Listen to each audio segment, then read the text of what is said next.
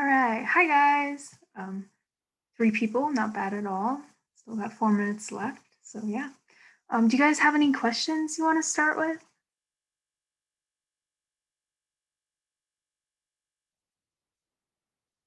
Anybody? You can drop them in the chat or shout them out. Chat might be better, actually. But yeah, go for it. Look through and see what you have questions on. And we can start with whatever you guys want to do.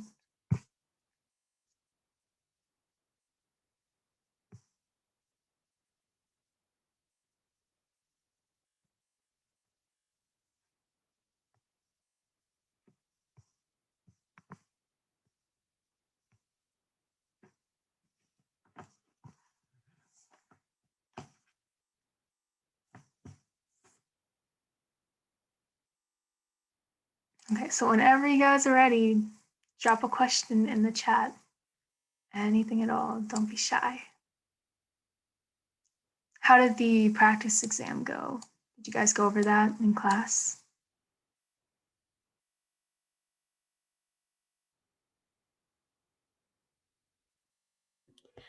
I still have to watch the class today, so I don't know. Yeah. Thank you for replying. I wasn't Yeah, sorry. I was trying to get my notebook. Also, thank you so much for doing this. Yeah, not a problem. Okay, we've got one question. 1 over x equals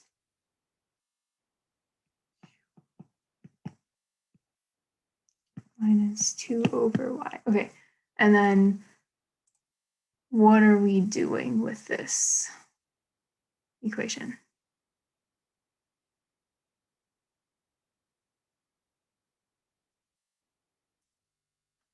Like, what are we solving for?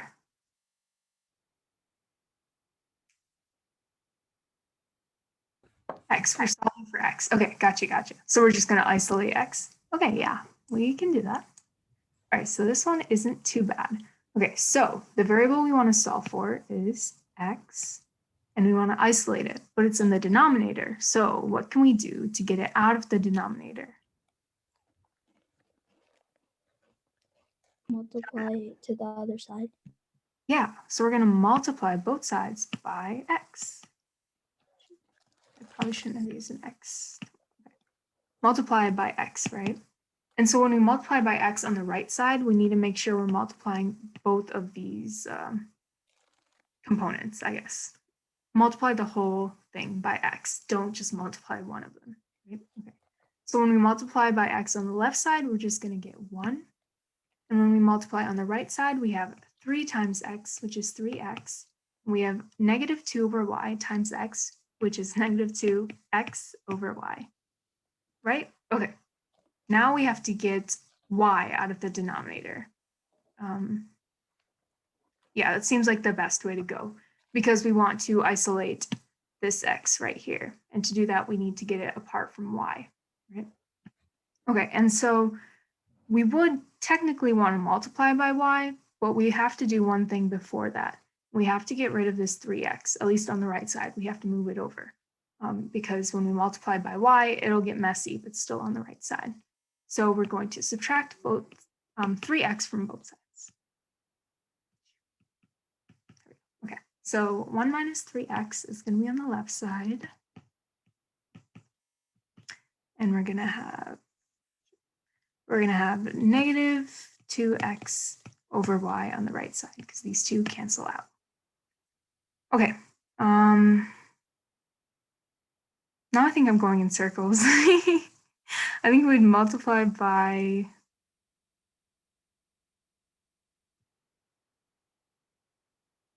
hold on. Did I mess something up, guys? Because I feel like this is a little too long. I think it's supposed to be the LCD where you multiply both sides by the x and the y. That's what we did on because we did this problem at in the practice exam today, and that's what she did was find the lowest common denominator. Oh, okay. I was about to say, I feel like the method I'm taking is going to take us a really long time. Okay, let's backtrack. Yeah, I'm not going to lie, least common denominator is like not my strong suit at all. But why don't you guys lead me through it so that I don't mess it up again. So what do we do next? So we're going to take the least common denominator between x and y, right? Yes, and you multiply both sides by xy. Okay, sound about right.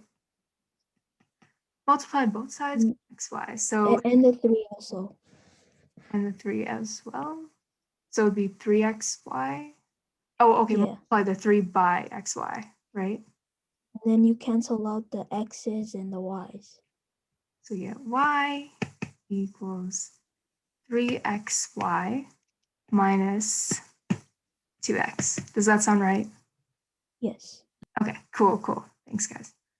All right, and then we are isolating. We're solving for x. Okay, gotcha. So we're going to move everything so that we have. Is it solving for like 0 on one side or? I'm a little lost. It says solve each rational equation for x. Okay, At the end, so it's supposed to be gotcha. x. So we're going to factor out an x from here, I think is the way to go. As in we like divide. Or not divide, but like we just factor out like an x like that. Yes. Yeah, okay, gotcha. X times 3y minus 2 equals y. And then to isolate the x, we're just going to divide by 3y minus 2 on both sides.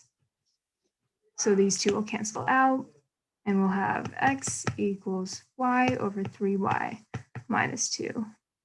Did we get to the right answer? Yeah. Okay, cool. Sorry, that was like a train wreck, guys.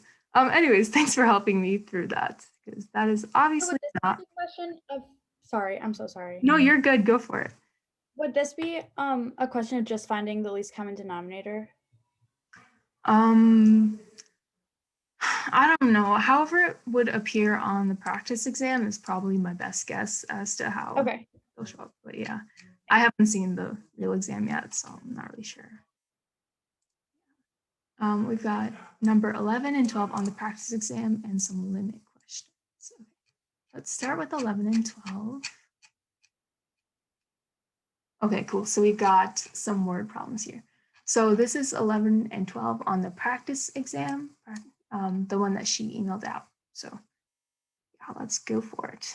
So number 11, we have the concentration of a drug in a patient's bloodstream is given by this function.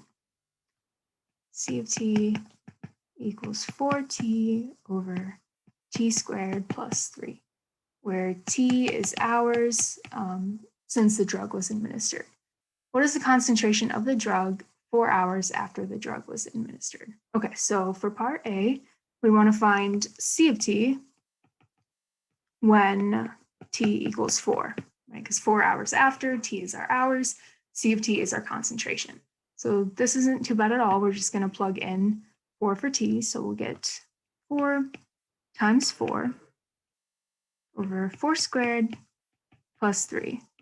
So we get 16, and then 16 plus 3 is 19. 16 over 19.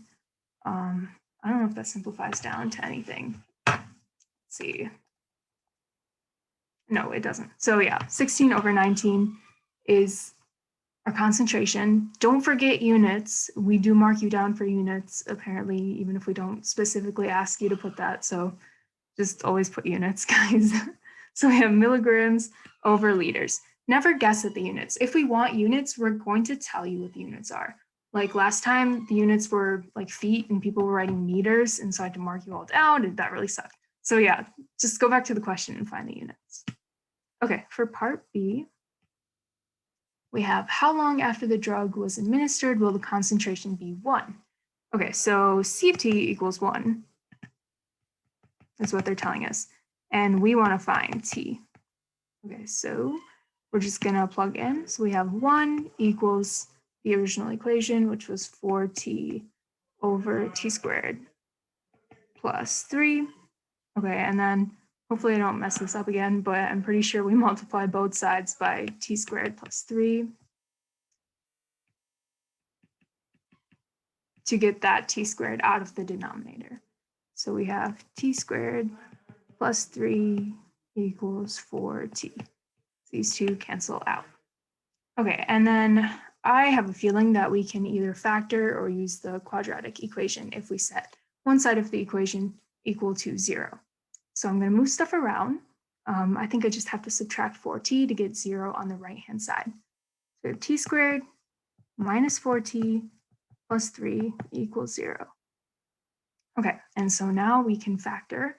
I'm thinking -3 and -1, they both add to be -4, and they multiply to be +3. So we have t minus 3 and t minus 1 equals 0. Therefore, t equals 1 and 3. Okay, and then we have hours. Oops.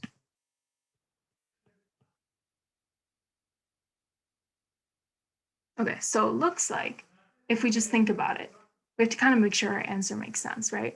So at 1 hour and 3 hours after we take the drug, the concentration will be at 1 milligram per liter. So, we take the drug right here, it's going up. After 1 hour, it's like at 1, might go up to like 2 or 3, and then it comes back down to 1. All right, makes sense? Goes up and then starts to come back down as the drug fades out. That's why we have 2 answers. Okay. Does that match up with what you guys went over in class? Yes, it does. Awesome, thank you. Okay, part C, last part. After a lot of time passes, what value does the concentration of the drug in the bloodstream approach? Okay, so we talked about it a little. If we graph this in our heads, at 1 hour and 3 hours, we hit a concentration of 1. So we have 2 points right there.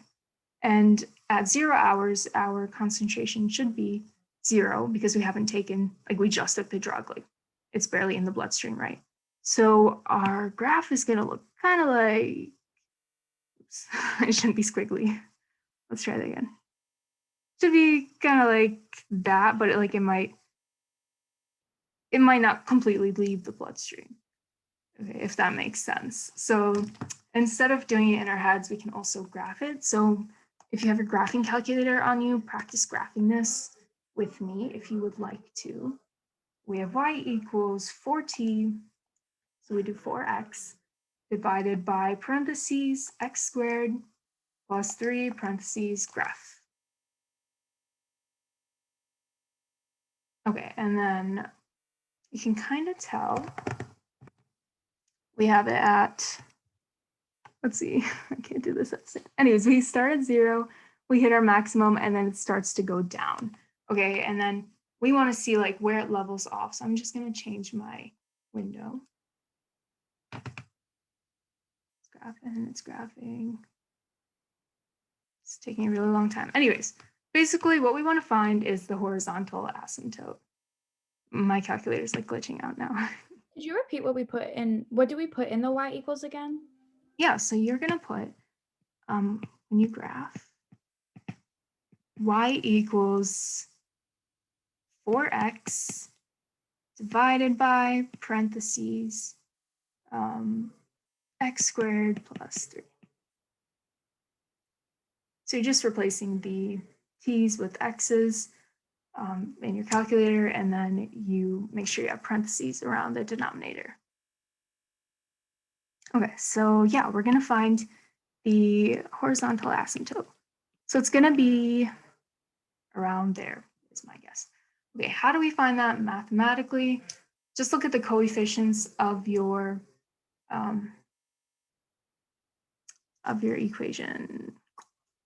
Is how I would do it, I think. So you would do since you have 4 t squared over technically 1 t squared plus 3, theoretically the horizontal asymptote would be y equals 4. Does that sound right to you guys? We got 0. So as time passes, the concentration will eventually be 0. Oh, right. Because sorry, I'm not even thinking, because the coefficients are, oh wait, no, this should be t.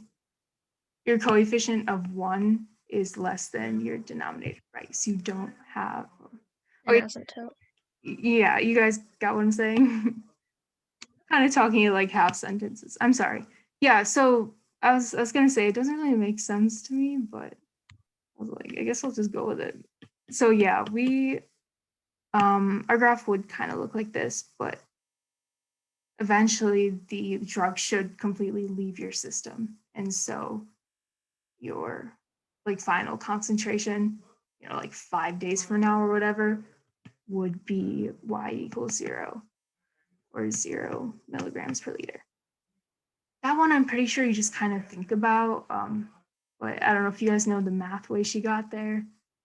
I think it's just something you memorize, like when the exponent of the numerator is less than the exponent of the denominator, y equals 0. I think that's it. Yeah, that's basically it.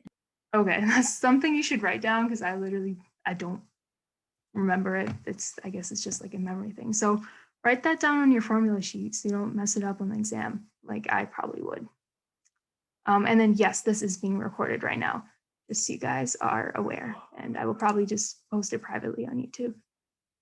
Okay, next, let's do number 12 on the practice exam. We'll kind of go through it. Okay, and if you guys can't tell, I'm doing all these for the first time, which is why I am just like a hot mess. Thank you for putting up with it. So number 12 on the practice exam, we have the amount of frozen lemonade sold at an MSU football game. It varies directly with the number of vendors selling it and inversely with the square of the price each is sold. Okay, and then set up an equation relating the variables. Okay, so we're solving for F. So F is going to be like our F equals. And then we have the number of vendors is V. And it says that that directly varies with F. So V is going to equal F, right? Because that's direct. And then when it's inversely, you're going to divide, right? So it's inversely related to the price, which is P. So we're dividing by P, but it's going to be P squared because it's got the square of the price. That makes sense. So that is our equation. And then we also add A, which is like our constant. You can use like any variable here, but I like A. And then later on, we're going to solve for A. Okay, sound good? Cheese is K. Okay, K. We'll switch it out. Same thing. That makes more sense. Constant K. Yeah, like I said, anything works. Do what floats your boat. Okay, B. If 5,000 frozen lemonades are sold, okay, so F is going to equal 5,000 in this example. 40 vendors, so V equals 40.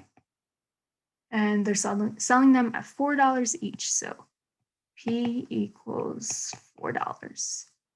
And then we want to know how many frozen lemonades would be sold, so we're going to solve for F. 35 vendors,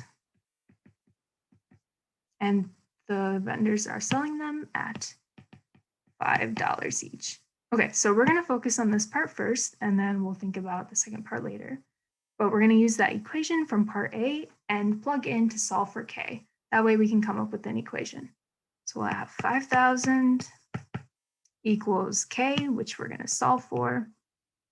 And then we're going to plug in 40 for V and 4 for P. Just so you know, you can loop in that K with the 40, so you can divide the whole thing by 4 squared, or you can just divide 40 by 4 squared. Does not make a difference, so don't worry about it too much. But yeah, let's solve. So 40 divided by 4 squared is 40. Okay. Right, you need to do what you need to do, but I just need to code for that shit, bro. Just be cool.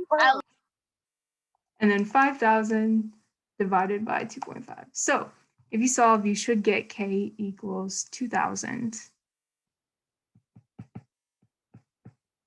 And then if you want to check your work, which if you have time, I recommend, you can just plug 2,000 back in for K. So we would do 2,000 times 40 divided by 16 should equal 5,000. And yes, it does. Okay, so K equals 2,000. That means our final equation is F equals 2,000 V over P squared. Okay, everyone good how we got there? Yeah, Okay, awesome. All right, and then to solve for what B is asking us, you would plug in that 35 and 5 for V and P and then solve for F. So we're going to do F equals 2000 times 35 over 5 squared. So we have 2000 times 35 divided by 25, and we get F equals 2,800. Don't forget your units. Actually, I don't know if you really need them, but yeah, 2,800 number of lemonades, just to be on the safe side. Okay, what happens to the number of frozen lemonades sold as the number of vendors increases? So vendors is V. For this, all we have to look at is our equation from A. Vendors is V, right? And so that's directly related to the number of frozen lemonades being sold. So as V increases, F should also increase. You can also think about it just logically. As more people are selling lemonade, more lemonades will be sold, right? More vendors, more lemonade sold. V increases, F increases. Okay, and then you should like write that out in words, but yeah, you get the idea. All right, D, what happens to the number of frozen lemonades sold as the price goes up? Okay, price is inversely related to F, right? So as P goes up, F should go down. You can also think of it as when the price of something goes up, less people are going to buy it. Right? So as P goes up, then F goes down. All right, makes sense there, guys. Okay, awesome. What was next? My chat. Okay, there it is. Some limit questions. So Christy, if you want to like find some specific limit questions and throw them in there, I will go back and look at some of those. Could we do some E7 direct and inverse variation problems? Okay, so 12 kind of went over that, but let's see if we want to do another one or two. So I'm going to look at like web work because that's open right now.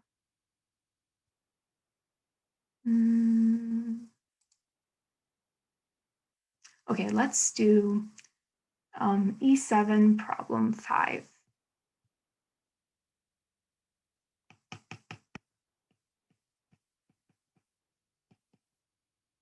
This one should be pretty similar to problem 12. Okay, I'll read it out to you guys if you don't have it up. Suppose the number of leaves Z on a tree varies directly with the height of the tree Y.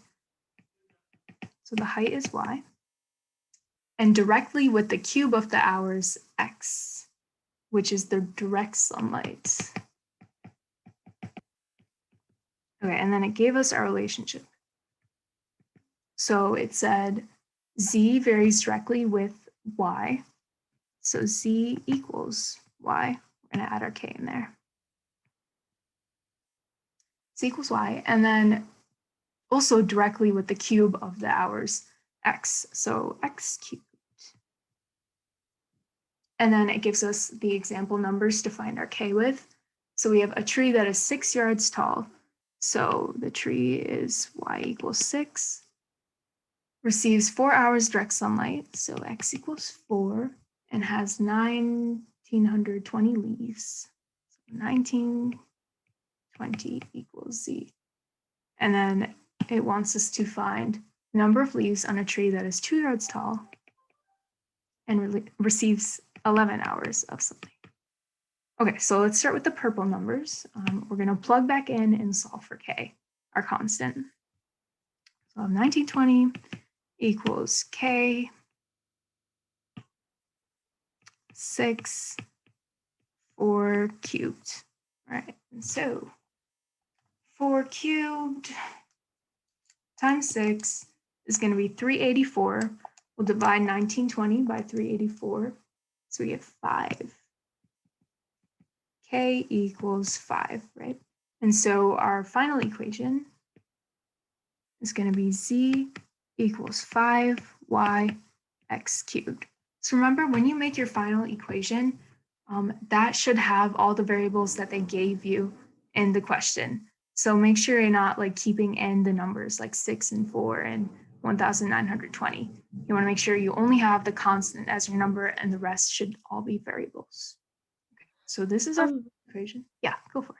I was just wondering, so I don't really understand like where K comes from. And then like in that whole E7 unit is mostly word problems and like variation and stuff. Will there be a K in every single equation that you write, or is it like situational depending on the problem? Yeah, so we can talk about both of those. Let me do the blue part and then I'm going to circle around and talk about just like in general this unit, because I think those are some really good questions. So give me 1 minute and I'll talk about some of that stuff. Okay, thank you. Good question. So for the blue part, we're going to just solve for z, which is like the point of this problem. So we have z equals 5. We're going to plug in 2 for y, 11 for x. So of 11 cubed times 2 times 5. And we should get z equals 13, 3, 10. Okay, and that is leaves. All right, so that's how you do that specific web work problem. It's kind of like in general. Okay, so let's talk about like just the conceptual part of this. When we do these word problems, you want to just like look for keywords in these word problems. And so these keywords would be directly and inversely. All right, whenever you see those, like flag those. And I was kind of trying to show you guys like how I approach these word problems. When I go through them, I take like little notes, you know, like take notes of what each variable means, like leaves was z, height was y. That way, when they tell you that you have a tree that's 6 yards tall, you know to put that under y and you don't get your variables mixed up. So I highly recommend doing that on the exam, on web work, on everything, right? Just take like little notes for yourself in the margins. K, you will always use K as far as I know. And what K is it's a constant, it's like a multiplying factor. So you know how when you're finding the equation of a graph and you put in that like A, like, can't even think of it, like vertex format in that equation, there's an A that you solve for. That's the same thing as K. It's just like a constant, it's like a stretch factor. Because you know there's like this relationship between all of them, but just because it's directly proportional does not mean it's directly equal, right? If we had just the variables z and y, and we said y was directly proportional to z, then we get the equation z equals y. Without k, this equation is completely useless, right? Because that just tells us z is exactly equal to y. And we know that's not true because 1920 does not equal 6. But if we were to have that k value, that's like giving us that number to like offset that proportionality. So I don't know if that's really helping. I hope it's not making it too confusing, but when you have that k in between, that tells you that yes, as y goes up, z goes up, but they don't always go up by the same factor because z and y are not the exact same number. They're just proportional to each other. That's what that direct relationship means. And then you should know that when something's directly related, as one goes up, the other will also go up. As one goes down, the other should also go down. As we talked about in, I think, the last problem, you can kind of like think through it. You can look at the equation. There are a couple different ways you can do it. You should be able to do all of them just to be a good mathematician. But yeah, there are a couple of different ways to think about it. Inversely, as A goes up, B goes down. They have an inverse relationship. One does the inverse of the other. A goes down, B goes up. Does that answer your question about this section? Yeah, thank you. Mhm. Anything else you guys have on this topic?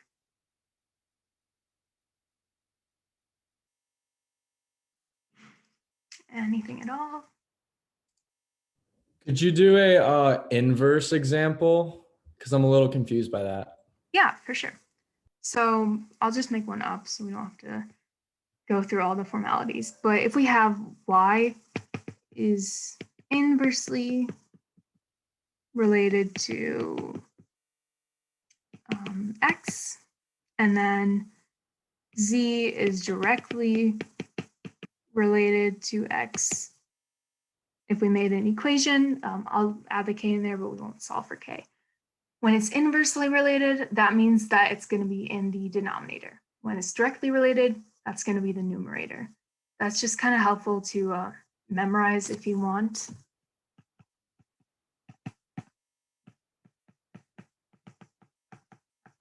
And that should make it like really quick for you. You don't really have to think about it. Oh, and then by the way, if you guys are making like little cheat sheets, this little section is a really good thing to put on there if you are confused about it.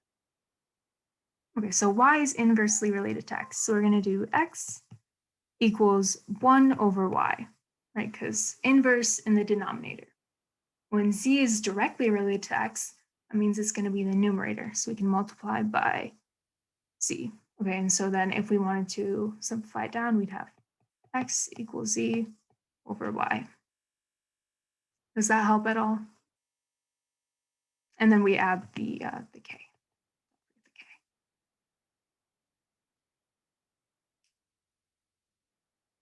Okay, sound okay? Thank you. Okay, next up we have number 7 on the practice exam. Okay, limits, yes. We have a limit problem. Number 7. If the limit when x approaches positive 3 of f of x equals 4, and the limit x approaches negative 3 f of x equals 4, explain how is it possible that f of 3 does not equal 4. Okay, so this isn't too bad. I know it seems kind of scary, but if we just kind of think about what the graph could look like. So we're really focusing on x equals 3. And when we're coming from the positive side, so when we're coming from numbers that are greater than 3, right? So we're going to look at this limit right here. We're coming from this way and we're going towards 3. F of x approaches 4, right? And so y approaches 4. I don't know how you might draw this. It can look like anything, but as you're coming in this way, it's going to start like going towards 4. It could be coming up, it could be coming down, whatever. But yeah, it's going towards 4. And then as you're coming from the left-hand side, so from the negative side, and you're coming up towards 3, you're also going to be approaching 4 from whichever direction. Okay, but f of 3 does not equal 4. So at this point right there, that's not real. It doesn't equal 4. We don't have the 0.34. Any guesses as to why this might be? Whole. A hole, yes, exactly. So our graph probably looks something like, it keeps glitching. Okay, our graph probably looks something like this. Right, so that's basically all we have to say. There's a hole at 3, 4. I don't know if there could also be there would not be an asymptote, I don't believe, because with an asymptote, like as you have that line, your graph is kind of going like that. So you might not have just like one y value, like your y value would either be always increasing or decreasing. But yeah, the simple answer here would be a hole. Wouldn't it also have to do with the open circle and closed circle? That's exactly what a hole is. Yep. So when you Okay. close circle, that means that you do have a point there. This open circle is a hole. That's exactly what an open circle denotes, a hole. Would you mind explaining like what it means when there's like a graph and there's like a hole in one point and then like a closed dot above it, if that makes sense? Yeah, do you guys remember? I'm pretty sure this was like the first unit. Piecewise functions is what it's called, where you have like a couple different equations based on your x values. So like you can have as many equations as you want. For this example, we might do like 2 equations where from x is like, say, less than 3, you have one equation, and then when x is greater than or equal to 3, you have a different equation, right? And so what you would have is you'd have at one point at x equals 3, you'd have a closed circle, and then at another point you would have an open circle. Open circle would refer to this, and closed circle would refer to this because of this line underneath your alligator. That tells you whether it's open or closed, right? And so you would have at x equals 3, you would have one closed circle, and you'd have an open circle. And then, see, like this one would be your f of x, and then this purple one would be your g of x. So they relate to the line underneath the alligator, and that will tell you if your circle is open or closed. And then, you know, I don't know if this is like technically a hole or not, question mark. Like I think it is, but at the same time, you do have a value right here. So I don't know if you would classify it quite as a whole because your domain is all real numbers. I don't know if that's it's all real numbers. Yeah, because you have a value to fill in that hole. So like if you were asked to find f of 3, it would be, you would say the closed circle, right? Yes, exactly. And not the open circle. Perfect. Yep. This is like not a real solution right here. Does not exist. That point. This is like your only point at x equals 3. Okay. Good questions, guys. Really thinking about stuff. Okay, we have a request for number 3 problems on the, okay, got it. There must be more than one problem. Okay, cool. So we did go over 3C. So I'm just gonna scroll up to that now. More like you guys went over it and I just wrote it down. But yeah, we found the least common denominator, greatest common denominator. I don't remember, someone can correct me. But yeah, we multiplied by xy because there's an x in the denominator and a y in the denominator. And so we multiplied by both of them to get both the x's and y's out of the denominators. And then we just solved for x. So I'll leave that up there for a little while. Okay, and then 4 on practice exam, limits apart.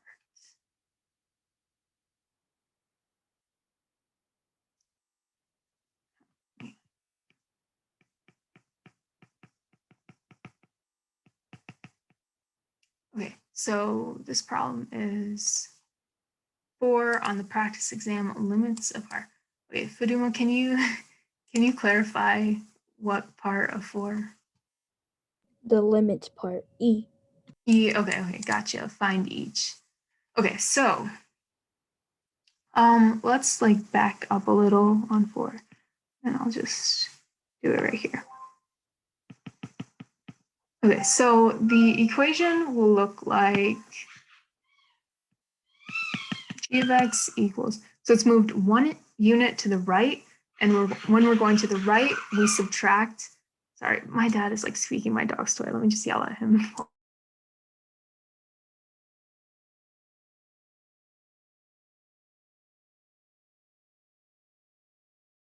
Okay, I don't know if that helped. Anyways, back to it.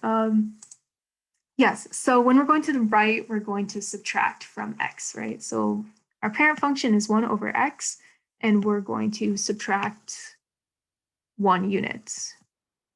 Okay. And then it also moved 4 units down, and when we're going down, we subtract 4. So that should be g of x. And then if we wanted to graph this, I would just graph on my calculator. Hopefully it works because it kind of hates me lately. So we have 1 over x minus 1 minus 4. All right, something's happening. Okay. And it looks kind of like that. And then we have 1, 2, 3, 4.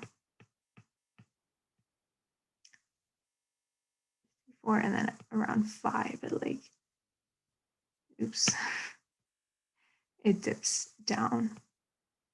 Okay, so that's kind of what a graph looks like, but you obviously might want to graph it properly on the graph they give you. Okay, and so we want to find each. So our first limit is the limit as x approaches 1 from the positive side of g of x. Okay, and so 1 from the positive side, if we go back to our graph, it looks like it's, hold on, let's see. Positive infinity.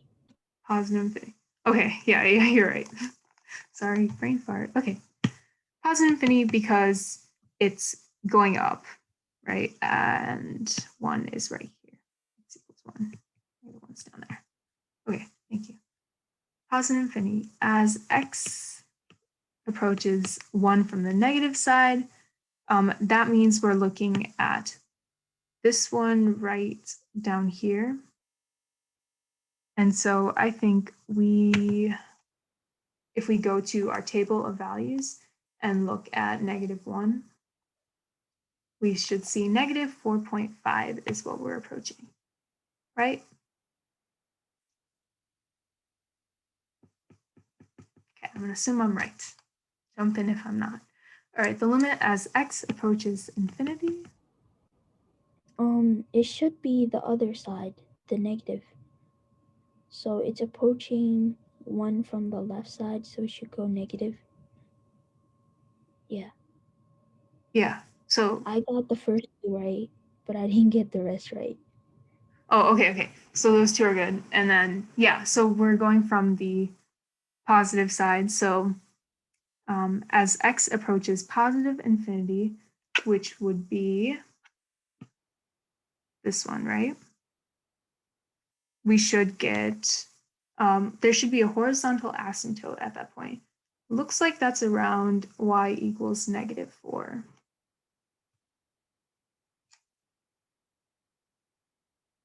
What do you guys think? Yeah? Yeah. Yeah, okay, cool. So as x approaches infinity, we get the horizontal asymptote of y equals -4. And that's our limit at that point. Okay, and then as it approaches -infinity, x approaches -infinity, we're looking at this one right here, because that one's going towards -infinity. And again, that is y equals -4, because we're right against the asymptote. Next up, we have as x approaches 1. So for that, we should just have, this one's harder. I believe we have -4 as we're approaching, but since it might be does not exist. What did she say the answer was for that one? She said, oh, sorry. It says, does not exist. Okay, gotcha. They're And then- different numbers. Okay, perfect. And we know that because if you just go to your table of values in your calculator, if you've graphed it and you go to 1, it should give you the error sign, which just means that we do not actually have a point there. So I kind of misdrew this, but our graph should look kind of more like that, as in we do have an asymptote at 1. Okay, yeah, scaling is hard. But yeah, that should be, does not exist. That was my guess. I'm glad that was right. Yeah, it does not exist because we don't actually have any points at x equals 1. And so when we're coming at 1 from the positive side and from the negative side, we do have values. We have this one right here, and we had this blue one up there, right? And so as we're getting closer and closer, we do have values. But if we approach 1 straight on, we don't actually have a value there. So we can come at it from the side, but we can't come at it straight on, if that helps a little in how you think of it. And then it's asking about g of -1. And so at -1, the, pretty sure it's just -4.5.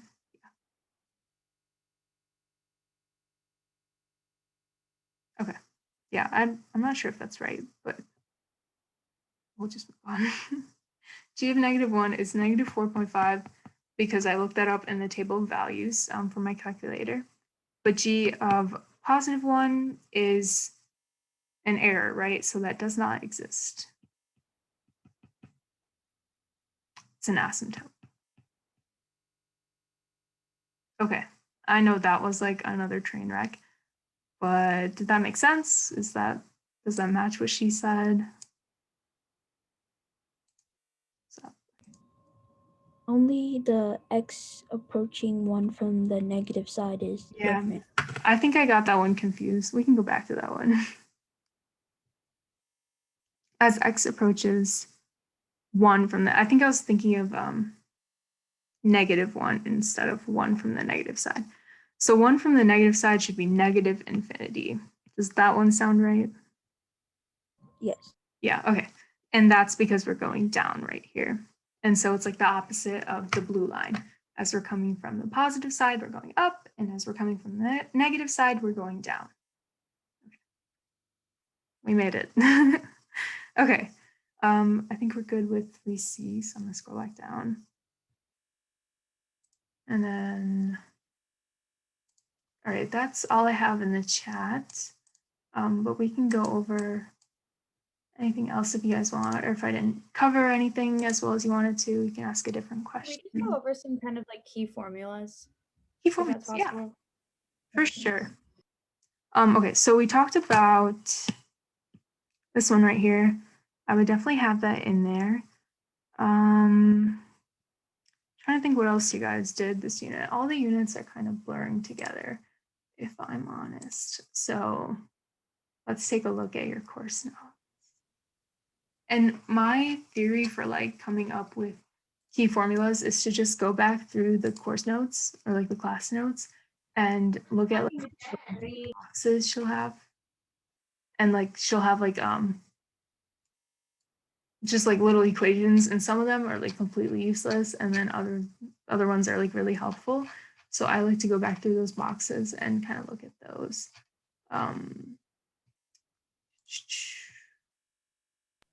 Could you do maybe like how to find each of the asymptotes? So like the slant, the vertical, and the horizontal one. Yeah. Yeah, I had some, let's see, quiz 6 practice. Yeah. I gave this to Luke and Brian, but both of them cut out a bunch of this stuff. So we'll just go over it because I like compiled all of them here. So I'm really glad you asked that because I totally forgot I did that. Yeah, and then I can send this if anyone wants it. Just shoot me an email. I can send it to you. But yeah, slant asymptote, you divide the numerator by the denominator, you ignore the remainder, and the quotient is the answer.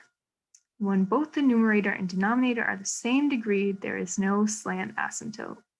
And then if we did this one, for example, I can just erase my answer. We can go through it real quick.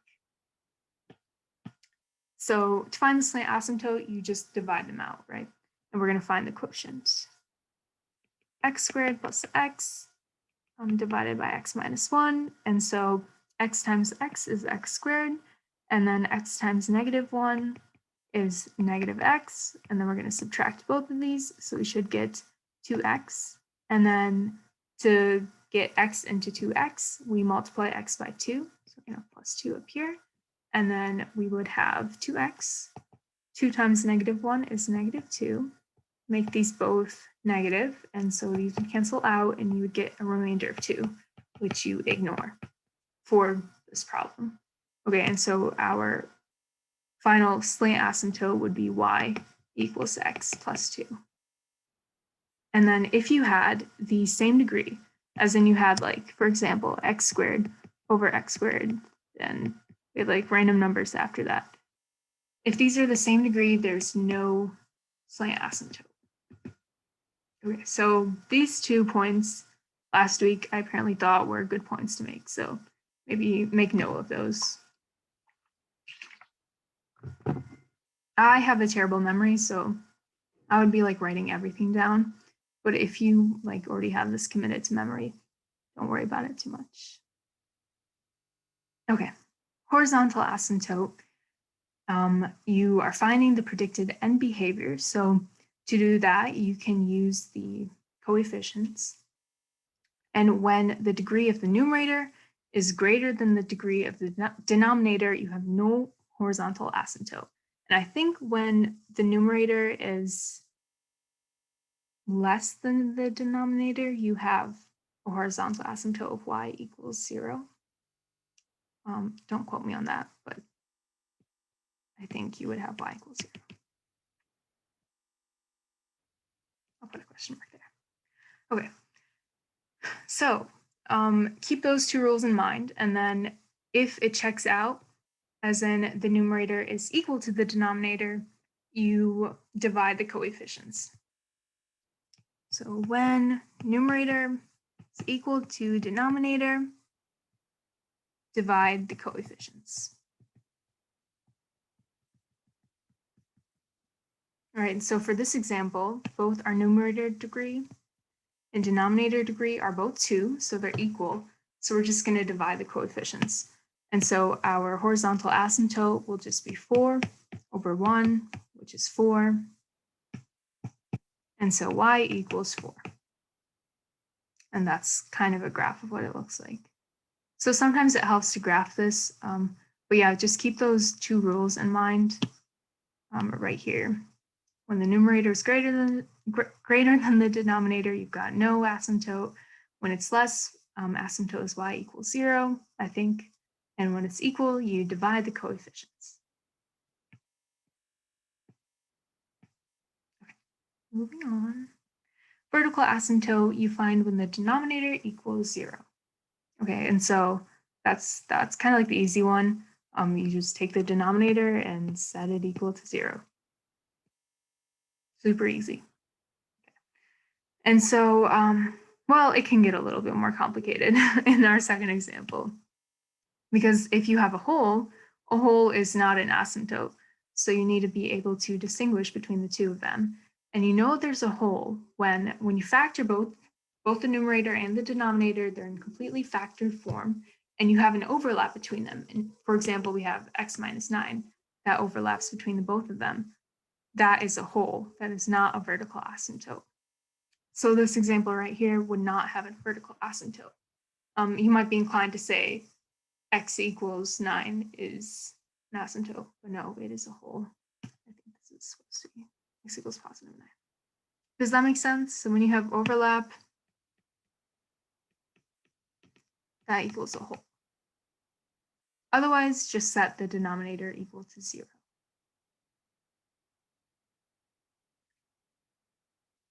And then you guys know how to find x and y intercepts. So just make sure you've got that down by now. And then lastly, if you're just finding the domain, which I think might have come up on your quiz or something, that is all real numbers except the ones that make the denominator equal 0. So it's similar to finding a vertical asymptote, except now you're including the holes. So you're considering all the vertical asymptotes and all the holes, And all those points where the denominator equals 0 is where you do not have points. So right here we have 2 points, -2 and 2. And so you base your intervals around those 2 points where you do not have real numbers. Okay. Does that help at all? Yes. Awesome. And if anyone wants this, just send me an email if you found it helpful. Okay, anything else you guys want to go over? This unit is like not really my thing. I don't really like it. Haven't been putting much in it. Can we go over? It's in the E2, E3 notes. It's example 5. It's just like, there was also one on the practice exam. I don't know exactly what number, but it's just like finding A and, well, the one on the exam was finding A and B. Can we do like a different example of like something like that? And also maybe that example on E2 and E3. Okay, so this is completed class notes 18, example 5. Is that right? Yes. Okay, awesome. Give an example of a transformation of f of x equals 1 over x squared that has a horizontal asymptote at y equals 2 and a vertical asymptote at x equals 3 and goes through the point 2, 0. Okay, and so if you want like a new example, I can just switch up the numbers a little and we'll see what happens. So we'll keep the base equation the same. And we have a horizontal asymptote. Let's make it y equals 3. And the vertical y equals 5. No, x equals 5, sorry. X. Okay, x equals 5. And then it goes through the point 1, 0. All right, and so here we're just trying to find what our equation is going to look like after it's transformed with those specific measures. Like it should do these things, these 3 things. Okay, so horizontal, we know, is going to be the asymptote that goes this way, the horizontal asymptote, right? Okay, and our vertical asymptote goes this way. And so we know that when you have a vertical asymptote, your denominator cannot equal that number. Like when x is equal to 5, your denominator will be 0, and you can't have a denominator of 0, which is why we have an asymptote in the first place. So we know that our denominator will be x minus 5, right? Because when we plug in 5 for x, we would get 0. Okay, so if we think about that, we can just plug that in for x. So far we have 1 over x minus 5 squared. We don't really have to worry about the squared because either way, even if we plug in 5 for x and we get 0 squared, that's still 0, that's still an asymptote. Okay, so that's like our first transformation. When we look at the point that it goes through, I think we're looking at like a fact, kind of like k or a, whatever you want to call it. You have to think of a constant in this equation. That's like part of the transformation. So we're going to erase this 1 and put in a.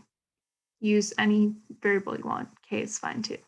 And we can pretend that the 1 is still there. Still is. So we're just multiplying the whole thing by a to know that we do have a transformation that we're going to solve for. And we're going to use this point right here to solve for a. All right, feeling good so far. Let me just see. Okay, I don't know how she did the horizontal asymptote, but I guess we'll worry about that later.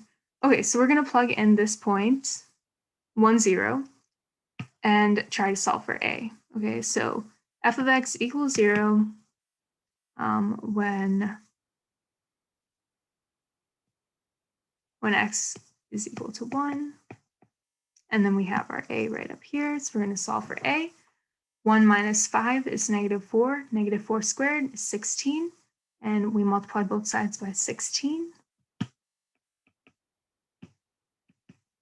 And we would get 0 equals A. Shoot, that doesn't make sense. Wait a second. For the equation, shouldn't we add +3 on the outside? Yeah, I think I was just coming to that realization. Thank you. Yes, we would do that before solving for A. Like I said, I don't think I'm very good at this unit, but I'm trying. So horizontal asymptote is y equals 3. And I guess the normal horizontal asymptote is y equals 0, right?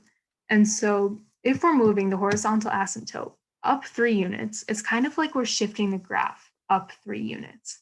And when we're shifting up 3 units, we add 3. Right? So that's how I would think about it. Of course, you can just memorize that when your horizontal asymptote is a number, you just add that number or subtract that number. But yeah, since our normal asymptote is at y equals 0 and we're moving to 3, we just add 3 to the whole thing to shift it all up. Okay, yeah, now we can try solving for A. All right, let's give it another shot. So x is going to equal 1. And we have to solve for A. We have that +3 in there. And then that is equal to 0. Okay, and so we'd have 16 on the bottom. And we want to subtract 3 from both sides. So we'd have -3 equals A over 16. Multiply both sides by 16. So you get 3 times 16. A equals -48. So if I didn't mess this up anywhere, hopefully our final equation should be f of x equals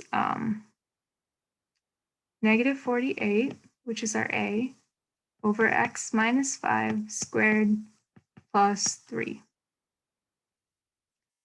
I might have made you more confused, but there we go. Okay, any questions about that?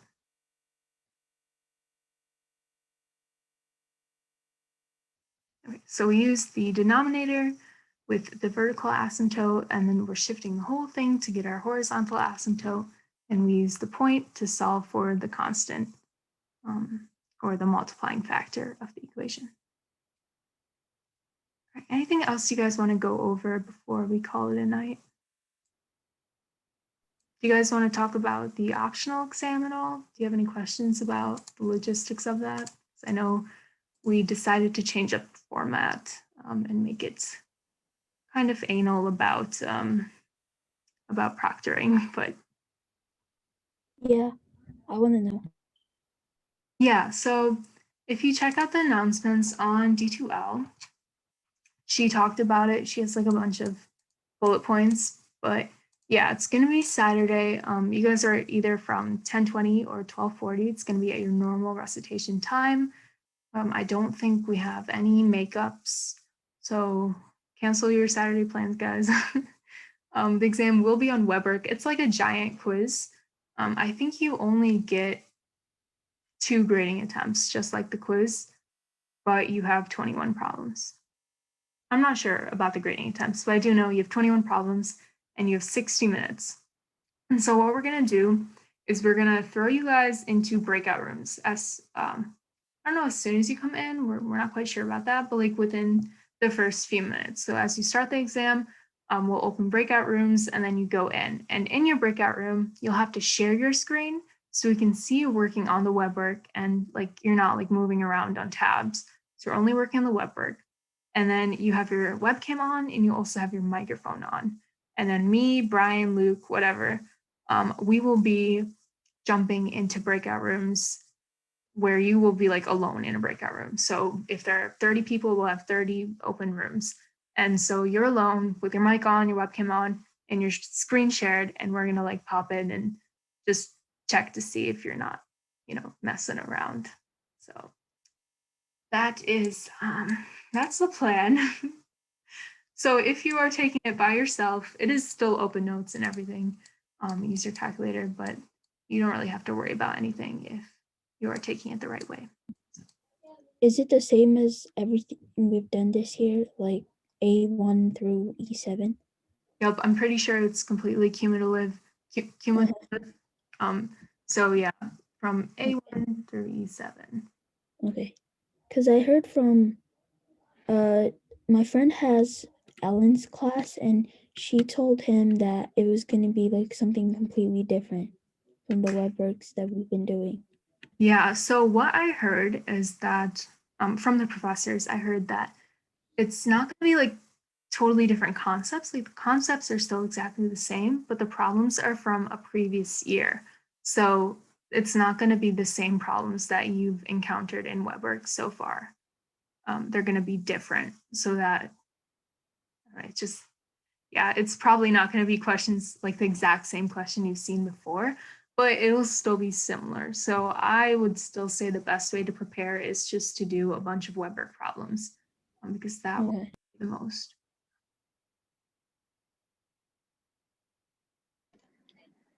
Okay. Do you have tips?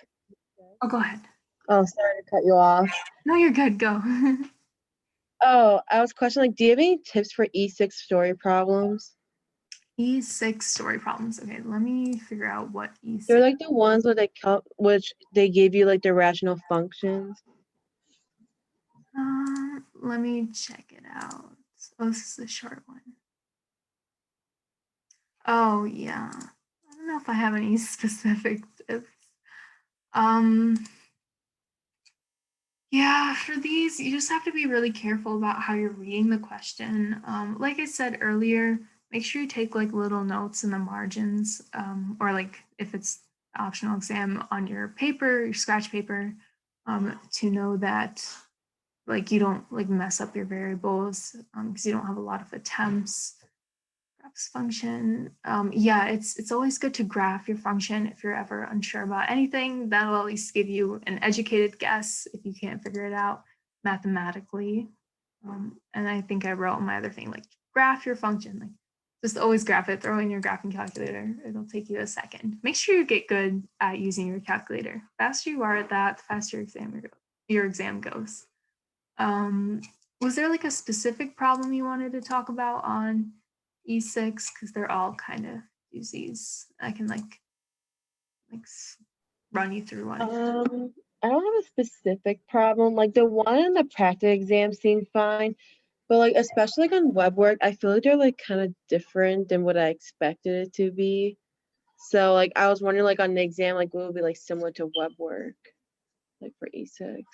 Yeah, like I can't tell you for sure what it'll be because I haven't seen the exam, but my best advice is just be prepared, like practice doing the hardest problems over and over because you never know when one of those is going to show up. And if you can do the hardest problems, the easy ones will be a breeze. So those are the best ones to practice. Okay. Yeah, and it kind of helps if you look at the like questions that they're asking for E6. And for these ones, it's a lot of like looking at the asymptotes. So if you can recognize which asymptote the problem wants you to look at, like once you recognize the pattern, you can figure like, oh, it's pretty easy. Like, oh, this wants me to find the horizontal asymptote. All I have to do is detach myself from the problem, figure out the horizontal asymptote, and plug it in. So if you can figure out exactly what it wants from you, it becomes a lot simpler and you don't have to worry about all the words. Just becomes back to numbers. Okay, that's a good tip. Thank you. Mm-hmm. Yeah. And then we have a couple of days before Friday, and then I don't know how you guys are studying for back-to-back exams. That absolutely sucks.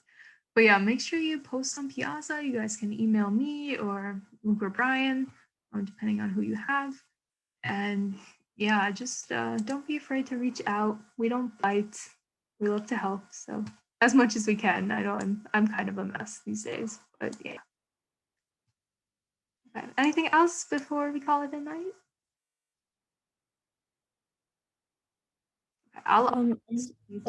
Is there a faster way to solve for the problems where it's like solve for each rational equation for X. Like those problems, I find them the hardest, even though they're from E1.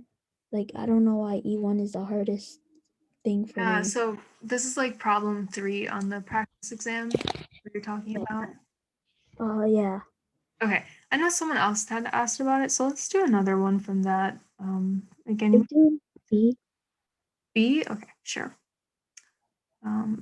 E, y equals x minus 3 and x plus 2.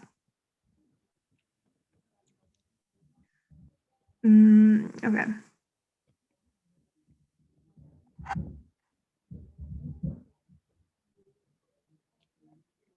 Okay, yeah, so for this one, you want to get x plus 2 out of the denominator. And so Mhm. I would, okay, wait, no, that's not right. You use the,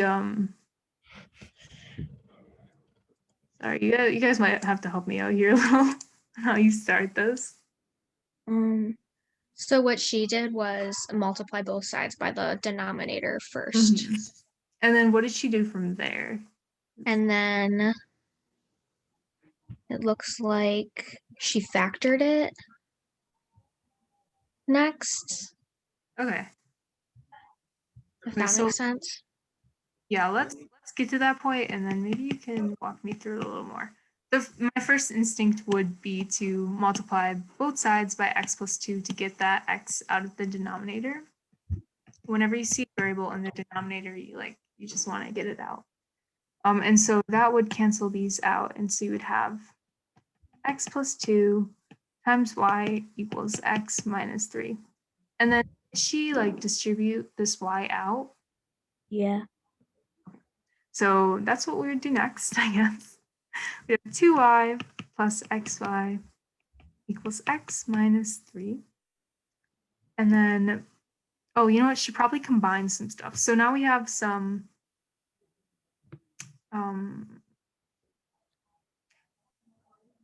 yeah. So we have some like terms and some totally not like terms. So what I would probably do is move some stuff around so we get all the x's on one side by themselves and then everything else on the other side. So I would add 3 to both sides and also subtract xy. So we can bring this over and bring that over. Okay, so we'd get rid of that, get rid of that. So we would have, I lost myself. Okay, we'd have 2y plus 3 equals x minus xy.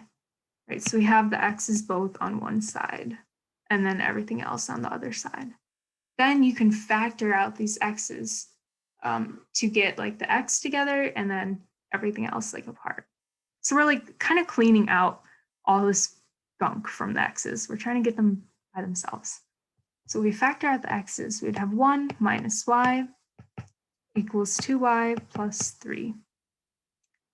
Divide both sides by 1 minus y to get the x by itself.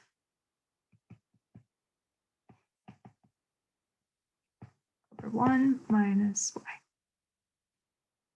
Okay, yeah, that was a rough start, but that's how you would do it. Right, so first off, get the variable, whatever you want to solve for, get that out of the denominator. Looks like in part C, we used the common denominator, so we got both x and y out of the denominator. If it was just x in the denominator, you would just multiply by x. So here, y was not in the denominator, so we just multiplied by x plus 2. And then you will probably end up factoring out that x from everything else. So to factor out the x, you want to set up the equation so that everything with x is on one side, everything else is on the other side.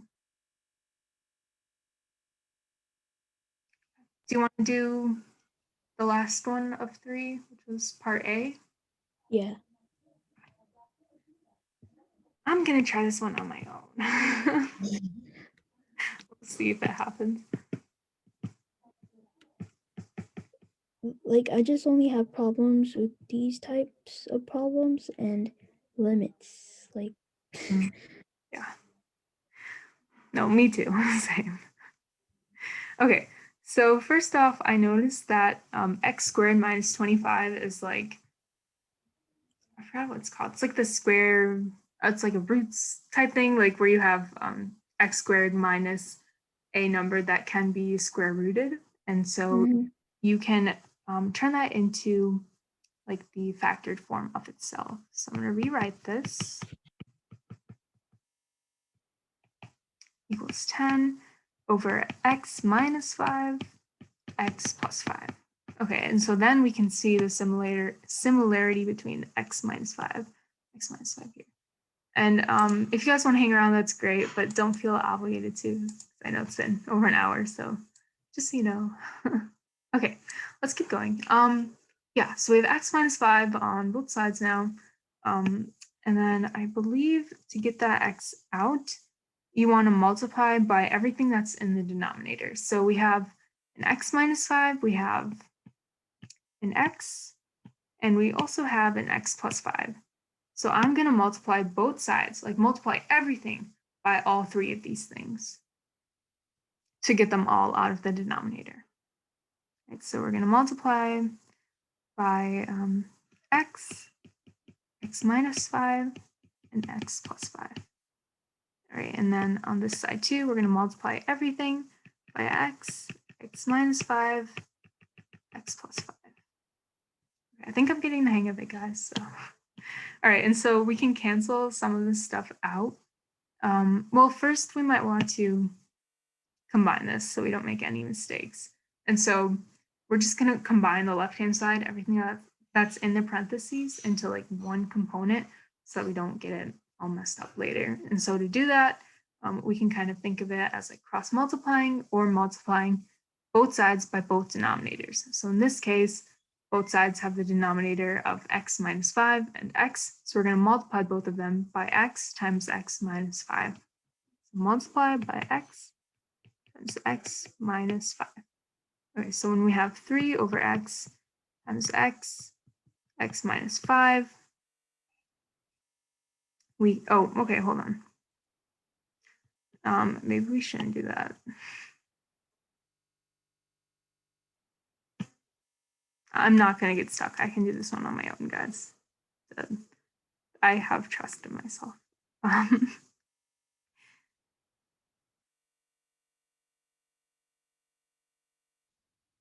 Okay, I might need like a real, no. Okay, we got it. Okay, no, I'm fine. We're going to distribute this factor out and forget about everything else. Okay, cool. We're good. So we're going to have x times x minus 5, x plus 5 times 3 over x. Okay, and then so that's like our first component, plus the same thing, x, x minus 5, x plus 5 times 2 over x minus 5. Okay, all of that equals, on the other side, same thing, we're multiplying. So we have x, x minus 5, x plus 5 times 10 all over x minus 5, x plus 5. Okay, gross. That was the hardest part. Now we get to cancel stuff out. So on the left-hand side, we have x and x cancel out. Then we have x minus 5 and x minus 5 cancel out. And then here we have both x minus 5 and x plus 5 that cancel out. And then we rewrite everything that's left. So we have 3 times x minus 5, x plus 5, plus 2, x plus 5 equals 10x. Does that sound right so far?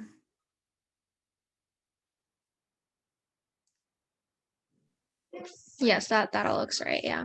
Okay, good news. Thank you. Okay, and then we can factor out this. Maybe we don't want to factor this out, but anyways, yeah, we'll just distribute some stuff out. So to get the x squared minus 25 back, right? So if we do like x times x, x times 5, negative 5 times x, and negative 5 times 5, we get x squared minus 25 times 3. And then we distribute the 3 out. So we have 3x squared minus 75. Okay, and then here we'll have 2x times x and 2x times 5. So we'll get 2x squared plus 10x. That'll go down there, equals 10x. All right, and then we just combine like terms. Almost done. So we have, right here, we have 3x squared plus 2x squared. So we have 5x squared.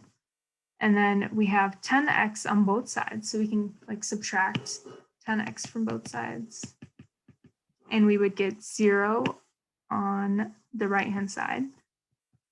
And then we have negative 75 left over. Correct. Yes, okay. Okay, and then lastly, I suppose we could, oh yeah, okay, then we'll add 75 to both sides. And we'll have 5x squared equals 75. Divide both sides by 5. We'll have x squared equals 15. 15, I think.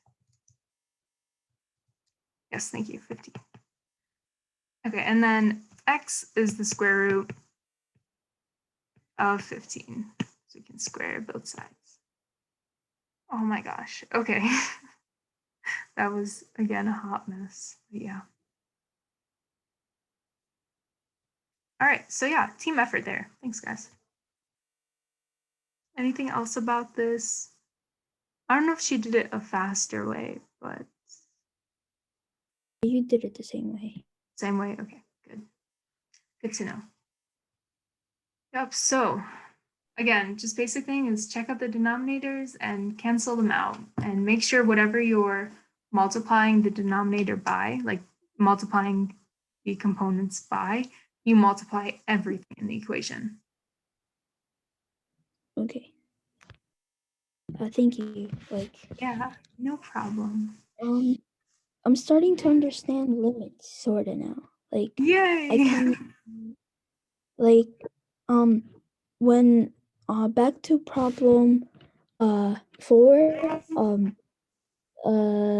part, it was the limits parts was E, and then I see that limit gx when x is approaching positive infinity is -4, and then when it's approaching negative infinity, it's also -4. And then if you look at the -4, it is also part of the equation right there at the top, which is also the horizontal, or is it vertical asymptote. Yes. So that's what was confusing me like the whole time. Yeah, it's all connected. You just have to find the connections. Okay. Yeah, nice. Okay, anything else before we wrap it up? I've been saying that for like 20 minutes, but okay, well, feel free to email me about anything. But yeah, we'll call it a night. I'll upload this to YouTube hopefully tonight and send out the link if you guys want to hear me stumble all over again. So okay, Thank you. I'll end the meeting now. So bye guys. See you Friday. Thank you.